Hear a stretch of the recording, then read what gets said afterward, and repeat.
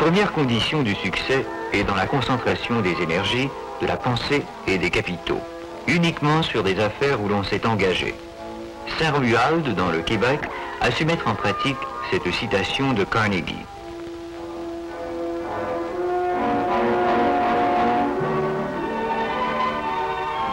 Fondé le 24 mars 1854, Saint-Romuald possède aujourd'hui un des parcs industriels les plus prospères de la province de Québec.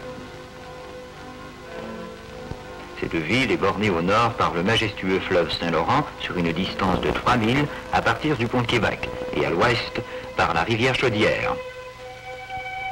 Ce cours d'eau offre un des plus magnifiques coups d'œil de la région, ce qui en fait un site touristique très recherché. À son embouchure, la nature a voulu la doter d'un port de plaisance assidûment fréquenté par les adeptes du yachting. Tout le long de son parcours, la Chaudière offre aux touristes, comme aux estivants, un envoûtement rêveur.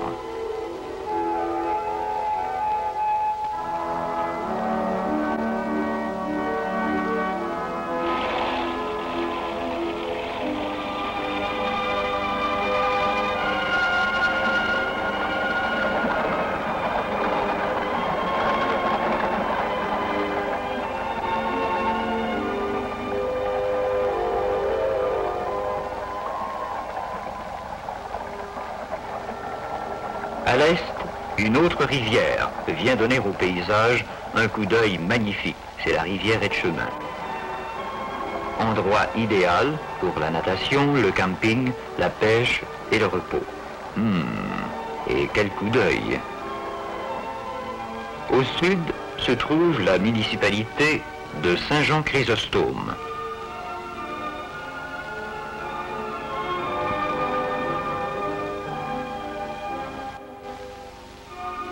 Malgré le chambardement industriel que cette ville connaît, elle a su garder son cachet d'autrefois.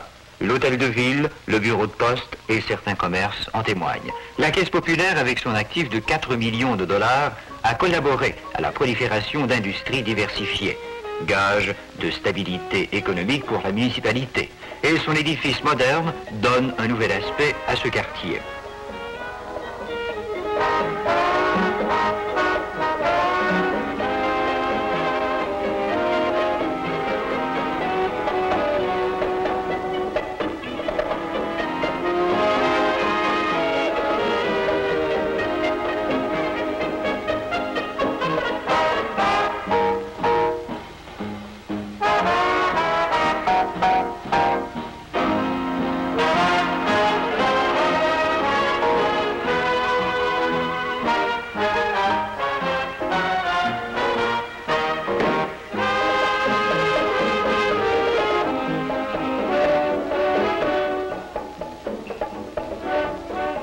De nouvelles agglomérations résidentielles sont apparues en conformité avec un plan d'urbanisme fonctionnel.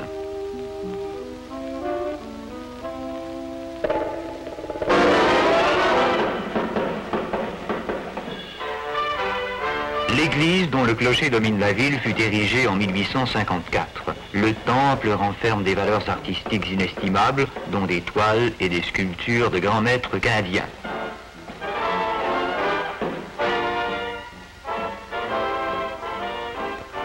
La gare, vestige du passé, n'a pas changé depuis sa construction il y a plusieurs années. Des écoles modernes, au nombre de 5, contribuent à la formation et à l'éducation de ces enfants. De main de maître, cette formation leur est acquise dans des édifices à confort absolu, élément d'assimilation facile qui leur est fourni par le sain rayonnement d'une vie économique prospère. Insouciants dans leur rôle futur, ces jeunes reconnaîtront un jour la valeur indiscutable des hommes qui les ont précédés. Leur comportement futur contribuera à parachever et à soutenir les efforts déjà fournis par leurs prédécesseurs dans une tendance harmonieuse de progrès continu.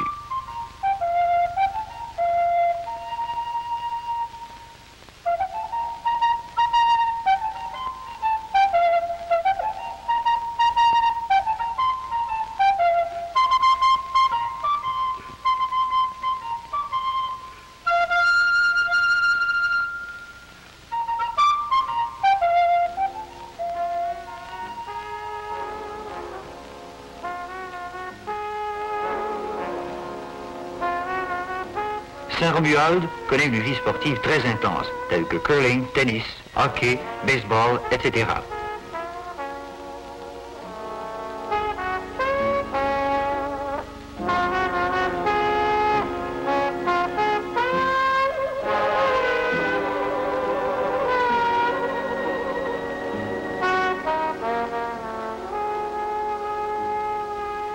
Suivons la caméra depuis le pont de Québec qui se dirige au cœur de Saint-Romuald, plus précisément sur l'emplacement des frères de l'instruction chrétienne.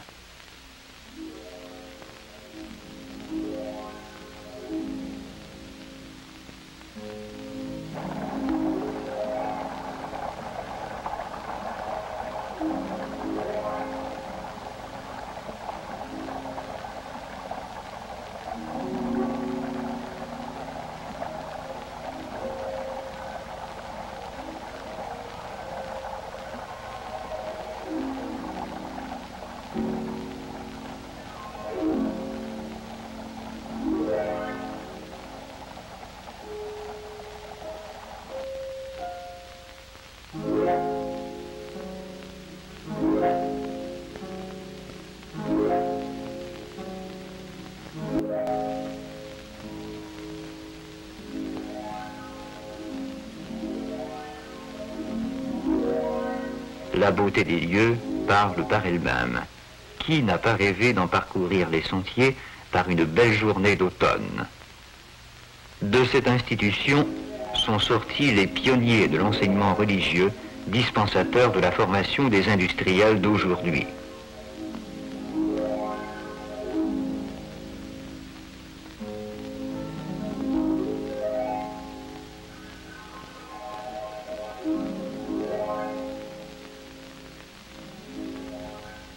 Plusieurs de ces pionniers reposent maintenant dans une sereine nature, témoins muets de beaucoup d'années d'efforts et de labeur que la rivière ne saurait emporter.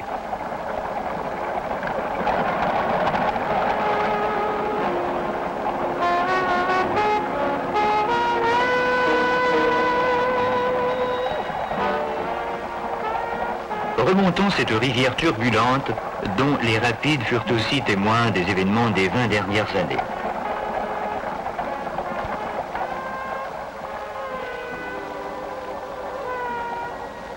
Le syndicat industriel de Saint-Romuald fut fondé le 18 décembre 1944. Il n'a pas été, comme on est tenté de penser, le fruit d'une génération spontanée. Sa fondation fut l'aboutissement d'efforts soutenus de la part d'un grand nombre de personnes, d'organismes économiques, dont surtout les dirigeants de la Caisse populaire, de la Chambre de commerce, du Bureau de l'industrie et du commerce du Québec métropolitain, des anciens et nouveaux administrateurs du syndicat industriel, commerçants et sociétaires du syndicat, du travail en commun de la part du maire et des conseillers municipaux. C'est ainsi que le syndicat industriel venait combler une carence, celle de faire participer l'ouvrier à la vie économique. Il fut fondé par l'ouvrier, pour l'ouvrier. À l'occasion de son 20e anniversaire, le syndicat industriel de Saint-Romuald paraît mériter amplement les félicitations qui lui sont adressées pour ce qu'il a réalisé jusqu'ici. Ce groupe d'hommes ont à leur tête M. Paul-Émile Dubé, celui qui depuis 20 ans a tenu dans ses mains les destinées du syndicat industriel et qui sut s'entourer de compétences et de coopérateurs. Sans le centre industriel, le syndicat industriel n'aurait pas connu son apogée et sa destinée. Le responsable de ce projet est nul autre que M. Ernest Lacasse, président du centre industriel. Ne ménageant ni son temps ni ses efforts, ce dévoué industriel se donne sans retour au succès du centre industriel, sans oublier le travail coopératif entre la municipalité et le syndicat. Vouloir mettre sur pied une organisation bien structurée, se donner des hommes dynamiques de première valeur, travailler, persévérer, voilà la clé du succès. Durant la semaine industrielle, des groupes d'hommes d'affaires et représentants du gouvernement ont visité le parc industriel de Saint-Romuald. Ici, à la manufacture Tréco incorporée, M. le chanoine Henri-Philippe Odette, curé de Saint-Romuald, a béni cette entreprise. Il en fut de même chez plusieurs industries. M. Camille Lemay, gérant de cette manufacture, a profité du passage de M. Dubé et Sanson pour leur faire part d'un futur projet d'expansion de leur industrie.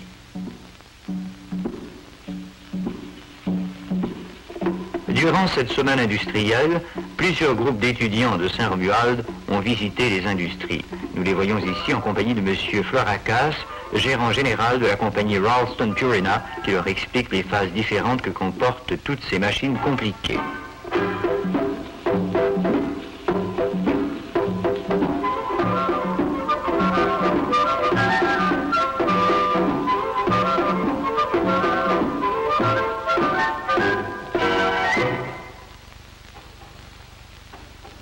Un autre groupe s'était rendu à la manufacture Antedante, fabricant de la fameuse patate chips qui porte son nom. Tout le groupe était attentif, car ceux-ci devaient donner un compte-rendu de leur visite lors d'un concours de composition que leur professeur leur exigeait durant cette semaine.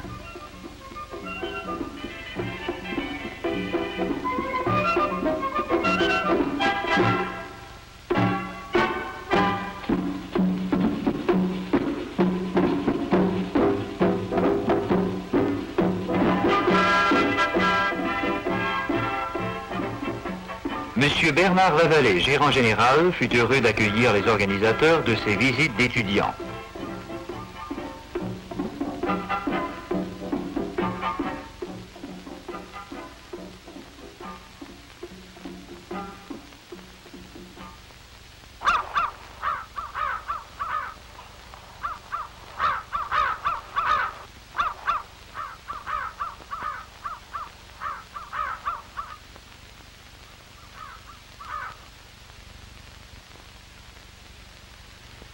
Le soir, l'endroit idéal pour recevoir un si grand nombre de visiteurs durant cette semaine d'activité était sûrement l'hôtel-motel Britannia, propriété de M. Philippe Nadeau, qui n'avait rien ménagé concernant cette réception qui accueillait 400 invités.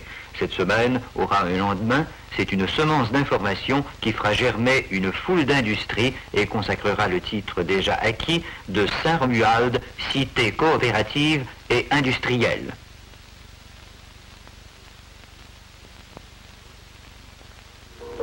En fin de soirée, c'est la détente, aux accords entraînants d'un orchestre dans le vent.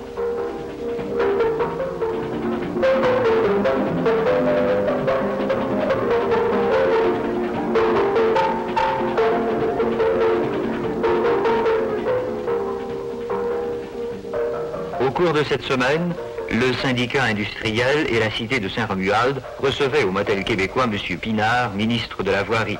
Messieurs Dubé et Sanson ont profité de l'occasion pour discuter de développements accentués concernant le parc industriel et la cité de Saint-Romuald. Nous assistons présentement à l'hôtel de ville à l'assemblée annuelle du syndicat industriel.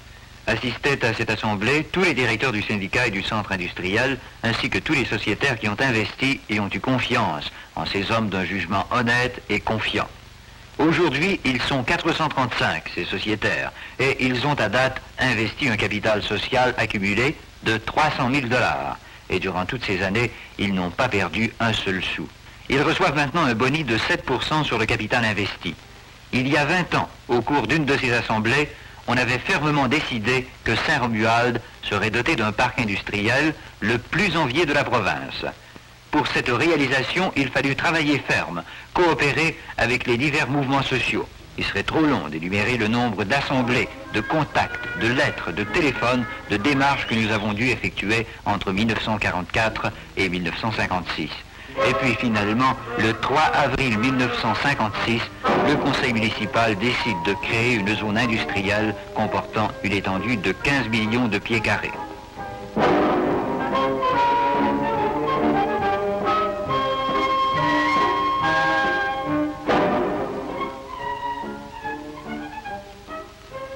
L'élan est donné et on procède au défrichement, ouverture de rues, pose d'égouts et d'aqueducs, et le tout étant financé et administré par le syndicat industriel et sans qu'il en coûte un sou à la ville.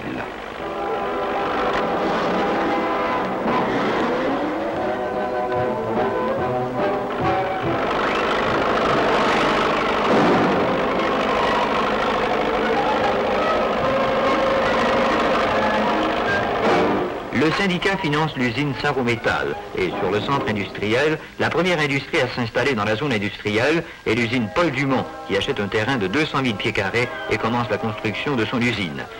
Après 3 ans de pourparlers, en avril 1960, le conseil municipal cède un terrain de 6 millions de pieds carrés. Les pourparlers furent laborieux, propositions et contre-propositions se succédèrent. en cédant ce terrain, le conseil municipal ouvrait la porte à un essor considérable. On confia à M. Ernest Lacasse le soin de métamorphoser le terrain du centre industriel, et de toute évidence, on sait maintenant que Saint-Romuald a une vocation industrielle.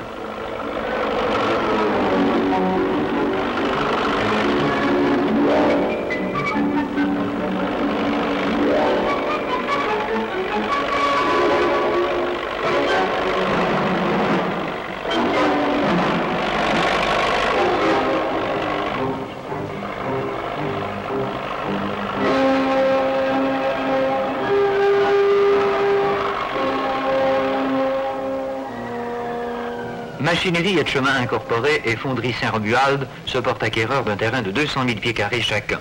La fonderie Saint-Romuald emploie maintenant 35 employés. Grâce au dévouement et au sens d'affaires de M. Pierre Roberge et aux démarches qu'il avait pilotées, cette industrie possède aujourd'hui un terrain idéal pour les besoins de son entreprise.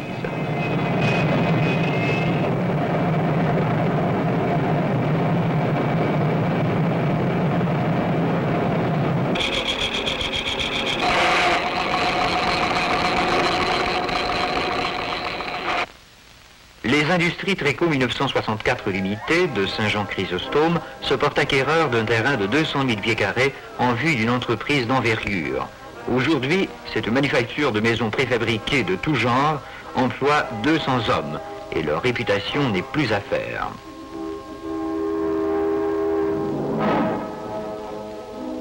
Le président, M.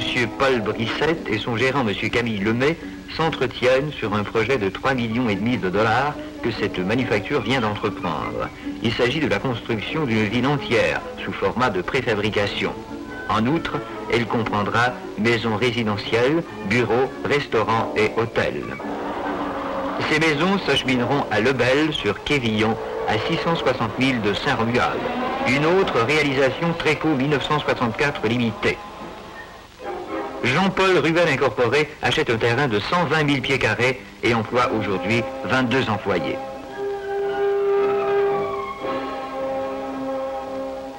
Sur la première avenue, Fernand Flamand Limité, fabricant de portes et châssis Presto Fix, érige sa manufacture sur un terrain de 100 000 pieds carrés.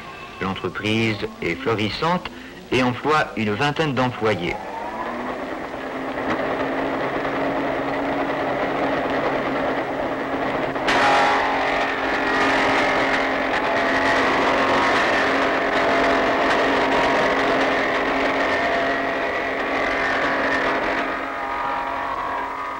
Un terrain de 200 000 pieds carrés est vendu à la compagnie Pacemco et qui devient, en 1966, Québec Panel Wood et emploie une trentaine d'hommes.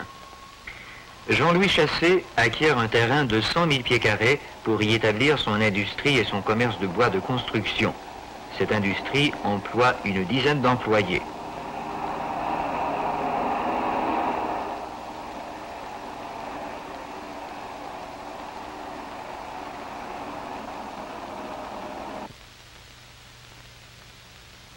Le 6 novembre 1961, le conseil municipal acceptait par résolution les rues et les chemins construits sur le centre industriel, ainsi que les travaux d'installation d'aqueducs, d'égouts et de bornes fontaines.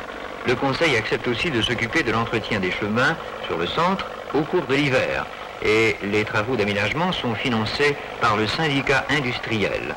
Aujourd'hui, près de 5 230 pieds linéaires de courses de tuyaux d'égout ont été installés, ce qui représente un déboursé de 100 000 $ par le syndicat industriel. À la fin de l'année 1961, 1 620 000 pieds carrés de terrain étaient vendus sur un total de 5 millions.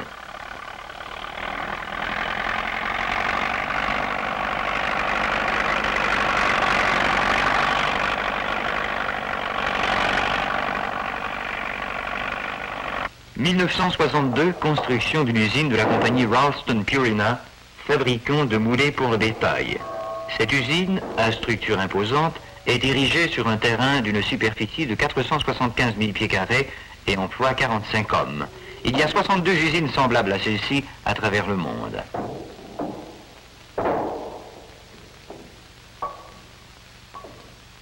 Un terrain de 165 000 pieds carrés est vendu à la compagnie Arma Steel pour la fabrication et la transformation des pièces d'armature d'acier.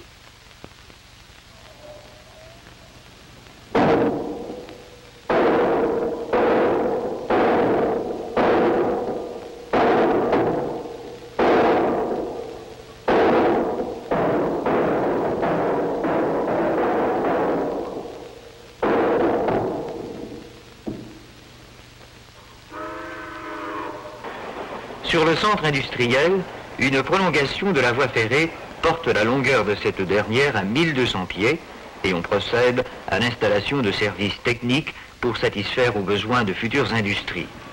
Aujourd'hui, ces voies ferrées couvrent une distance de 2000 de tronçons ferroviaires pour desservir plusieurs industries.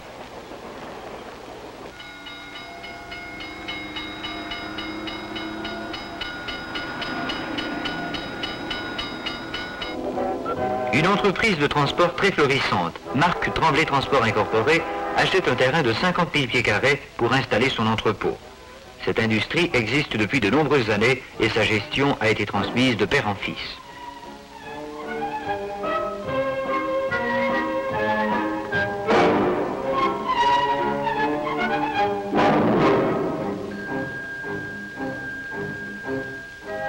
Il est question maintenant d'un quai à eau profonde. Et Saint-Romuald en sera sûrement doté. Le réseau routier et la construction des ponts sont en pleine opération sur la nouvelle route transcanadienne.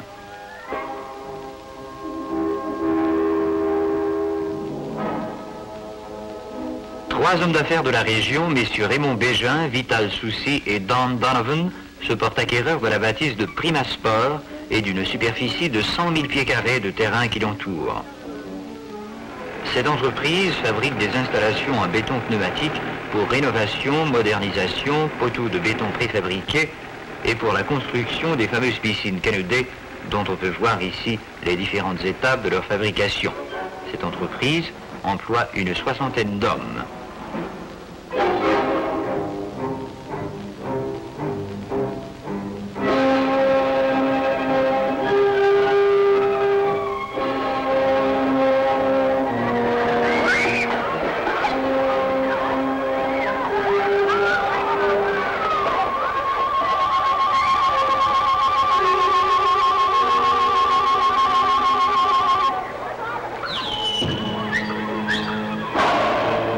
Profilage spécialisé incorporé achète un terrain de 72 000 pieds carrés et emploie une dizaine d'hommes.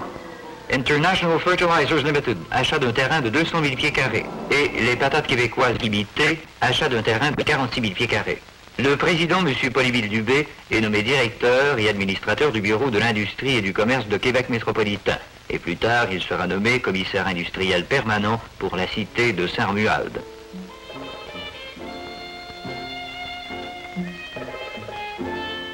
Sur le centre industriel, 1 189 000 pieds carrés de lisière de terrain est exproprié par le ministère de la Voirie pour le passage de la route transcanadienne et les travaux avancent à grands pas. Heureuse nouvelle, le 17 août, le conseil municipal adopte une résolution approuvant la création d'un fonds industriel de 500 000 $ pour aider à l'expansion industrielle. 2 mois plus tard, une industrie sollicite l'aide de ce fonds industriel. Capital Wire Cloth, maintenant désigné sous le nom de Capital Wire Eastern Limited, qui fabriquera un produit spécialement utilisé par les usines de pâte et papier et pourra employer jusqu'à 60 employés. Un terrain de 346 840 pieds carrés est vendu par le syndicat à cette compagnie et le financement de la construction sera fait par emprunt contracté sous la loi des fonds industriels. Le nombre des prêts industriels consentis par le syndicat se chiffre à 75 jusqu'à maintenant. Cette industrie pratique une forme d'artisanat un peu spéciale, pour ne pas dire hors de l'ordinaire.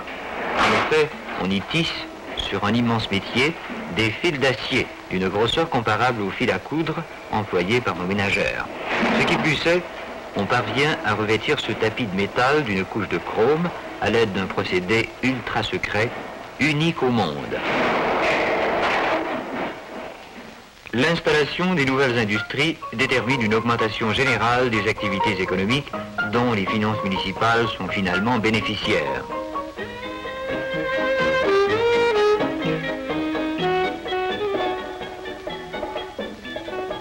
Il n'y a pas que les finances municipales qui bénéficient de l'implantation industrielle. La construction domiciliaire reçoit aussi sa part du gâteau. Devant cette hausse continue de la construction domiciliaire, on a dû recourir aux services d'urbanistes compétents dont les plans permettront un développement rationnel de la municipalité.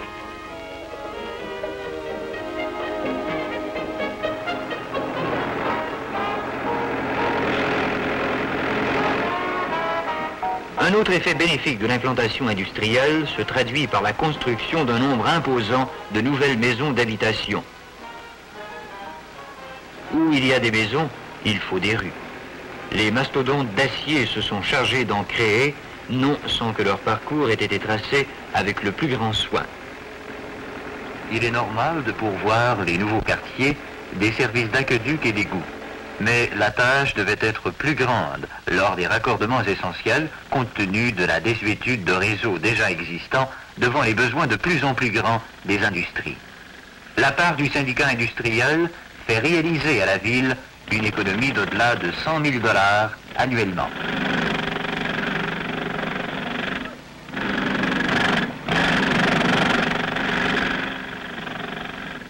La municipalité est aujourd'hui dotée de machinerie lourde aux fins de travaux municipaux et d'un service de police et de protection contre les incendies des plus efficaces. Depuis 1955, la cité est dotée d'une usine de filtration moderne pouvant pomper et filtrer 1 200 000 gallons d'eau par jour et desservir une population de plus de 15 000 âmes. Et les communications téléphoniques ont pratiquement dû être doublées. Devant ce mouvement de renouveau, plusieurs songent à rajeunir la façade de leur propriété.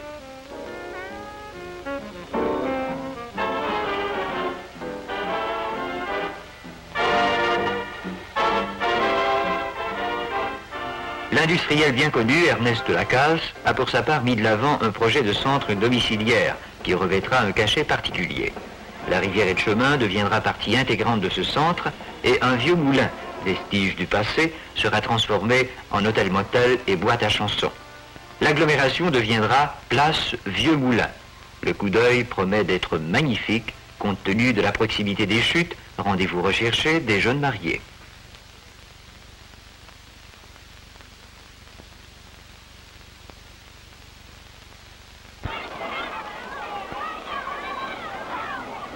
Insouciants du potentiel qu'ils auront à gérer, les jeunes contrastent avec les pionniers qui commentent et constatent cette poussée industrielle.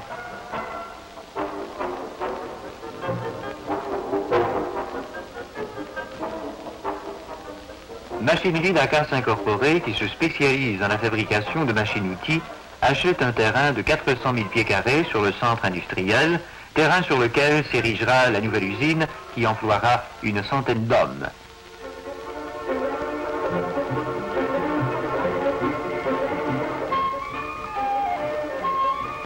Les commerces florissants continuent à pousser comme des champignons. Il y a aussi le recrutement d'une main-d'œuvre qualifiée, capital humain de première valeur.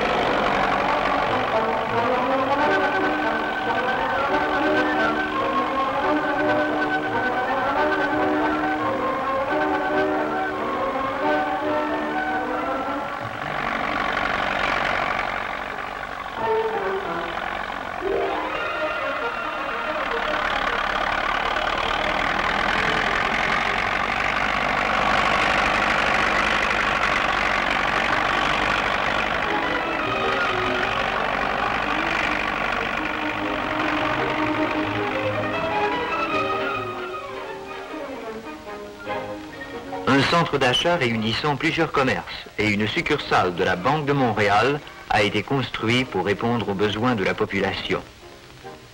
L'institution bancaire, gérée par un homme d'action en la personne de Roland Laramée, a prévu une expansion économique des plus favorables pour les opérations bancaires. Elle contribue aujourd'hui à cette poussée économique que cette cité connaît. La quincaillerie Lionel Noël a vu ses investissements immobiliers tripler grâce à la confiance qu'il a mis dans l'avenir industriel de la cité. Il en fut de même pour Léopold Tremblay, marchand de meubles. Ce commerce florissant est aujourd'hui opéré par les frères Fernand et Benoît Tremblay. C'est un autre commerce dont la gestion a été transmise de père en fils. BVD, fabricant des fameuses chemises BVD vendues dans le monde entier et installé à Saint-Romuald depuis 1918, agrandit son usine d'une superficie de 26 500 pieds carrés de plancher.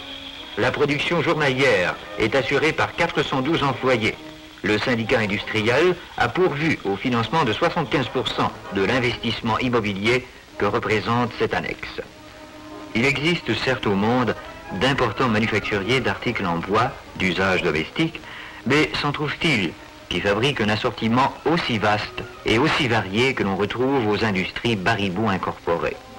En fait, quelque étonnante que la chose puisse sembler, les industries Baribeau, sises à proximité de Saint-Romuald et de son centre industriel, produisent une gamme de plus de 300 articles de bois ouvré à partir du minuscule cure-dent jusqu'au très grand bol à salade taillé dans une seule pièce de bois et pouvant contenir jusqu'à 60 services individuels. Les produits Baribeau Craft et Baribeau Med ont une réputation sur tous les marchés mondiaux. Monsieur Hervé Baribeau en est l'âme dirigeante depuis 1922 et est solidement secondé par ses fils. L'usine Baribeau emploie 350 hommes. À proximité de Saint-Romuald se trouve le rond-point de Lévis. Saint-Romuald est à l'industrie, tout comme le rond-point est à l'automobile. Tous les représentants de l'automobile ont concentré leur commerce dans ce secteur. Parmi eux se trouve Lévis Automobile, dirigé par son président fondateur Louis Vachon et son administrateur Jean-Guy Bégin.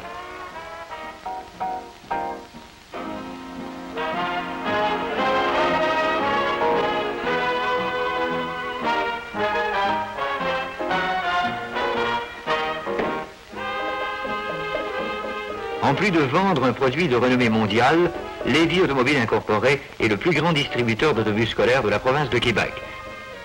Plus de 600 autobus sont vendus annuellement par cette entreprise.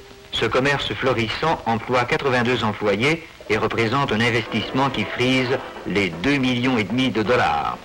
À l'autre extrémité de Saint-Romuald, située près du pont de Québec, se trouve une autre entreprise d'envergure, Dumont Express Limité. Cette entreprise de transport est dirigée par M. Raymond Vachon. Cette firme possède plus de 10 bureaux à travers la province et emploie plus de 350 employés. Avec ses 210 remorques et ses 195 camions, Dumont Express couvre tout le Canada et 48 États américains.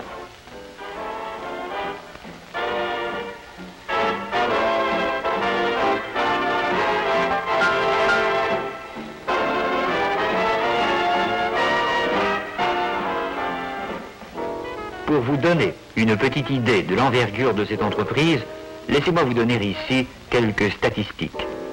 Plus de 5 millions de milles sont parcourus durant une année, ce qui représente 200 fois le tour du monde. Plus de 800 000 gallons de diesel et 600 000 gallons de gasoline sont consommés par an, ce qui occasionne une dépense de 78 000 $ par année pour les pneus.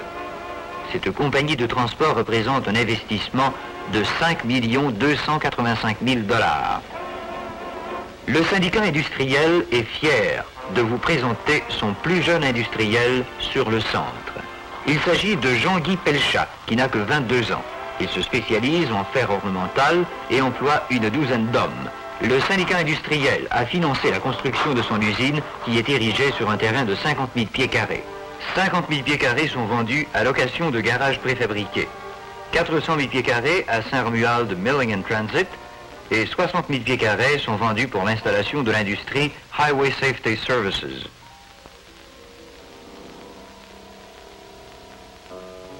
Encamp d'animaux de Québec achète un terrain de 60 000 pieds carrés et Sarométal achète un terrain de 156 800 pieds carrés sur le centre industriel. Dominion Ready Mix, dont l'usine est située sur un terrain de 50 000 pieds carrés, agrandit celle-ci pour favoriser l'expansion de ses activités et elle emploie 12 employés. Afin d'accommoder le grand nombre de voyageurs dans notre cité, Alcide Théberge construit aux limites de Saint-Romuald un magnifique motel incluant toutes les commodités.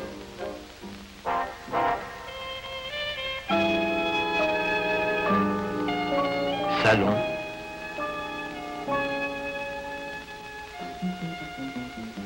magnifique piscine,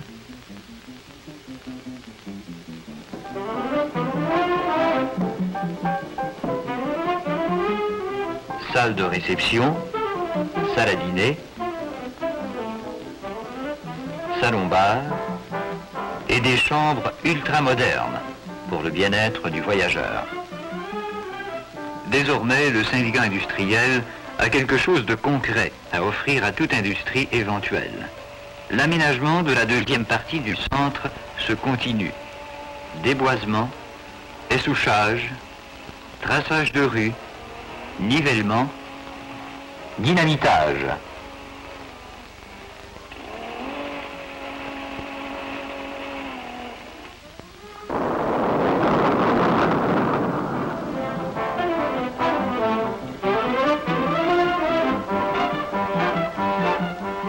Le syndicat industriel vend un terrain de 1 359 000 pieds carrés au Trust général du Canada. Cet immense territoire est réservé pour l'installation d'une usine.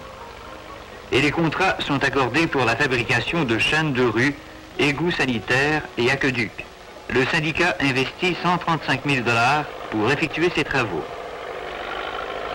Après 20 ans d'activité, faisons une rétrospective prouvant que l'initiative privée a toujours eu et aura toujours sa place dans le monde économique, social et industriel d'une région donnée, tout spécialement Saint-Romuald. 36 millions ont été payés en salaire depuis 20 ans. 7,5 millions sont payés en salaire annuellement. 10 millions sont investis sur terrains et bâtisses par les industriels. 4 millions de valeur en garantie détenus par le syndicat industriel. 660 000 $ déboursés par le syndicat industriel pour faire installer les services dans le parc industriel. 500 000 $ de prêts en cours. 300 000 $ de capital social accumulé. 100 000 $ en taxes de toutes sortes sont perçus par la cité et la commission scolaire annuellement. 78 000 $ payés en boni aux sociétaires depuis 20 ans et un taux d'intérêt de 7% leur est maintenant payé annuellement sur le capital social. 52 000 $ accumulés comme avoir propre. En 1966, 43 industries sont installées à Saint-Romuald. 1800 employés y trouvent de l'emploi et d'ici peu ce chiffre doublera. 435 membres sont sociétaires du syndicat industriel. 18 millions de pieds carrés sont à la disposition de l'industrie. 4 000 et demi de chemins aménagés sur le centre industriel et plus de 2 000 et demi de voies ferrées rattachées à la voie principale du CN. Les travaux de construction des ponts sur la route transcanadienne avancent à grands pas. À l'automne 1966, ces ponts sont pratiquement tous terminés.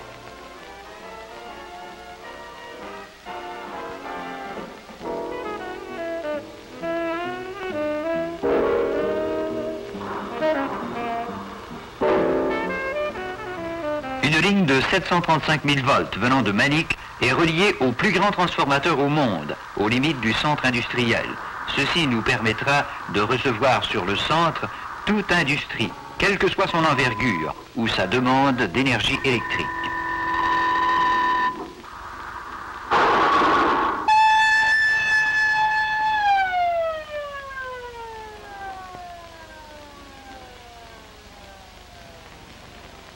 La maison Claude Marcoux assure le service d'urgence sur le centre industriel en cas d'accidents éventuels et les industries et les maisons d'affaires de la ville et du centre bénéficient de ce service public.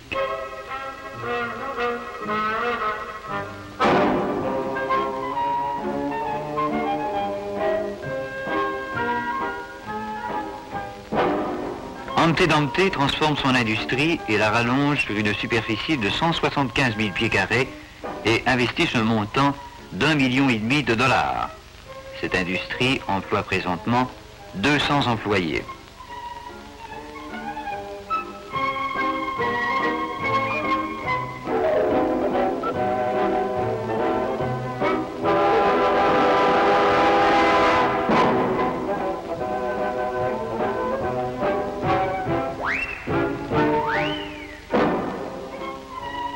La menuiserie Bernier fait l'achat d'un terrain de 100 000 pieds carrés.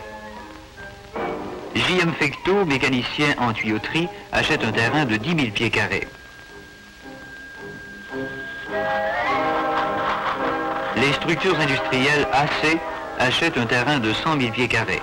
5 hommes d'affaires de Saint-Romuald unissent leurs efforts pour assurer le succès de cette entreprise. Robichaud, ébéniste enregistré, spécialiste en ébénisterie et rembourrage, installe son industrie sur un terrain de 50 000 pieds carrés sur la nouvelle partie du centre industriel. Cette industrie emploie 22 employés.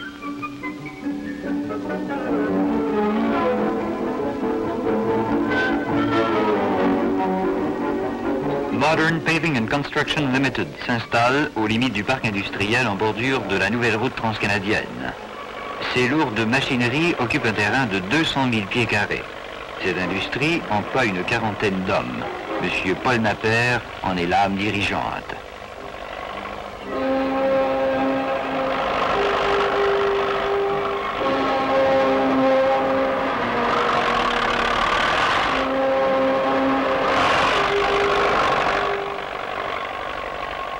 Jean-Paul Plante, qui dirige cette industrie depuis plusieurs années à Saint-Romuald, est un artisan en ce qui concerne la machinerie lourde. Ces grattes à neige de toutes sortes, ces machineries compliquées, sont entièrement fabriquées dans cette usine, qui occupe un emplacement de 100 000 pieds carrés aux limites de Saint-Romuald.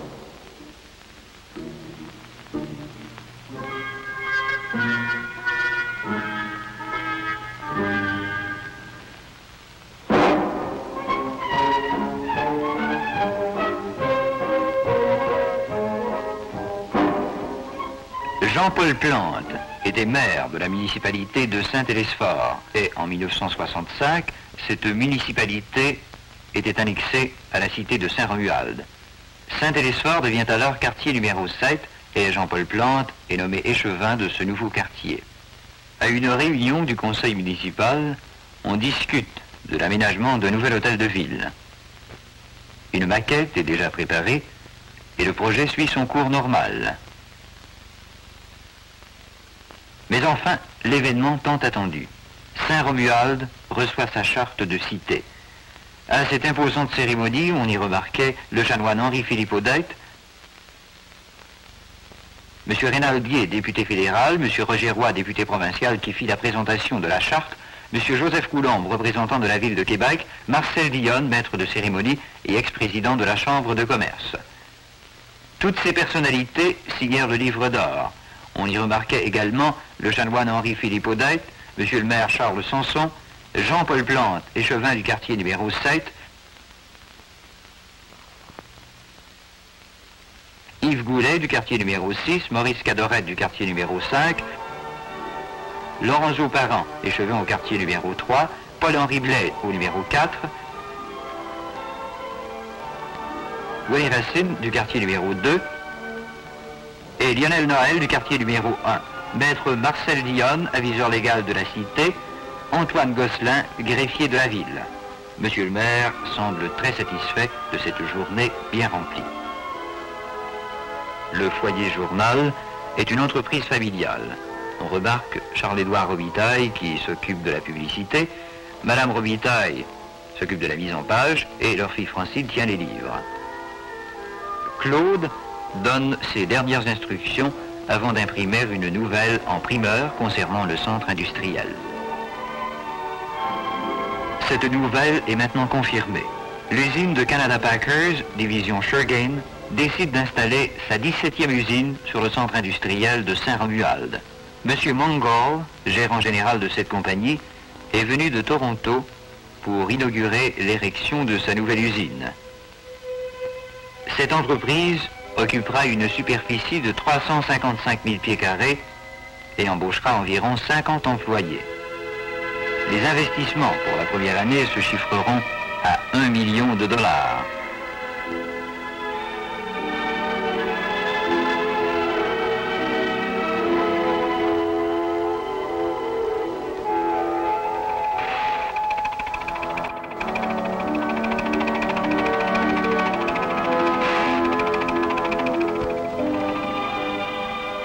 Eh bien, tout le monde est satisfait de la tournure des événements pour le centre industriel et la cité. Le chanoine Henri-Philippe Odette semble aussi satisfait de ces événements. Il s'est toujours intéressé au développement industriel et a toujours encouragé les organisateurs dans leurs projets. Paul-Émile Dubé semble envisager un autre projet. Ernest Lacasse montre ici à un industriel venu de Toronto le futur emplacement de l'usine coopérative fédérée. Cette usine occupera une surface de 665 000 pieds carrés et investira un montant d'1 million de dollars.